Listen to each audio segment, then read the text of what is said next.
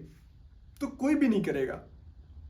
تو معاشی حالات آنے والے دنوں میں اس کا مطلب ہے پاکستان کے مزید خراب ہوں گے، سیاسی ابتری میں اضافہ ہوگا، اور اس سب کے نتیجے میں جو نون لیگ ہے جو آلریڈی میاں شہباز شریف صاحب کی نیکیوں کی وجہ سے ان 16 عوام میں اپنا پولیٹیکل کیپٹل بری طرح جلا چکی ہے، اب وہ جلی بچی کھچی اپنی راکھ کو بھی دفن کرنے جا رہی ہے.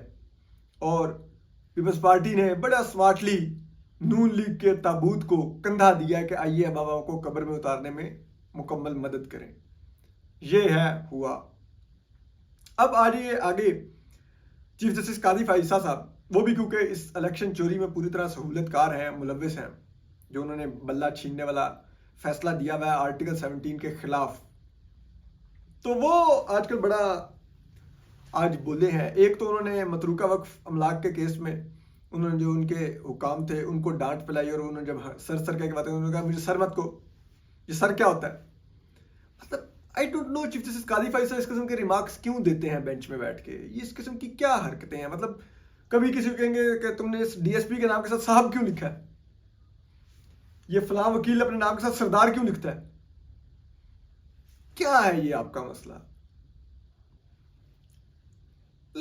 آپ چیف جسٹس ہیں، آپ قوم کی لینگویج درست کرنے نہیں آئے، آپ قوم کو انصاف دینے آئے ہیں، قوم کے آئینی حقوق کا، بنیادی حقوق کا تحفظ کرنے آئے ہیں.